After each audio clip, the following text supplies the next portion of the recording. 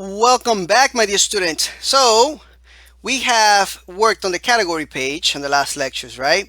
Well, it's time for us to start working on the shop page, then login page, and we'll work on the administration later, and checkout page and the contact page. All right, so those are going to be pretty easy.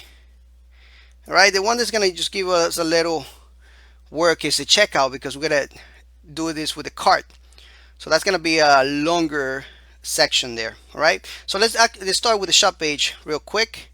So the shop page is going to be very simple. We're going to do a save as on the category.php, and we're just going to call this shop. There we go. All right, now we got to build a function for that. All right, so let's go to resources and then let's go to our functions.php, and we have a function here for the get products. We also have a function for get categories, and we have this function here, get products in category page. This is the one we're going to copy and paste. Okay, so I'm going to paste that right here. I just copy it. All right, so get products in cat page. So I'm just going to call this get products in shop page. How about that? And then here in this query here, we're going to select everything from where? Well, we're just going to select everything because this is a shop page, right? We just want to display all our products. So we don't need none of this stuff here.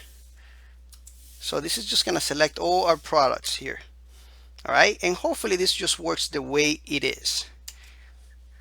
All right, so I'm just going to copy this function here. This looks pretty easy, right? Well, that's because it is. Let's go to the shop page, and instead of this one, we're just gonna get this one here.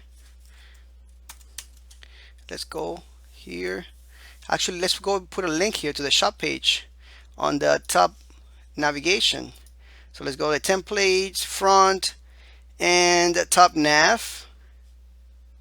And right here in shop, let's go and say shop.php. Beautiful. Let's go back here. Let's refresh this. Let's click on shop, and there we go. Working. Beautiful. All right, now we got to make it look like the shop page, right? So what I want to do is actually take all this off out of here. We don't need that. So let's go to shop.php. We can leave the header. We just can leave there, make it a little smaller. What's making this big gray bots around it is that class called the Jumbotron. All right, that's what it's doing.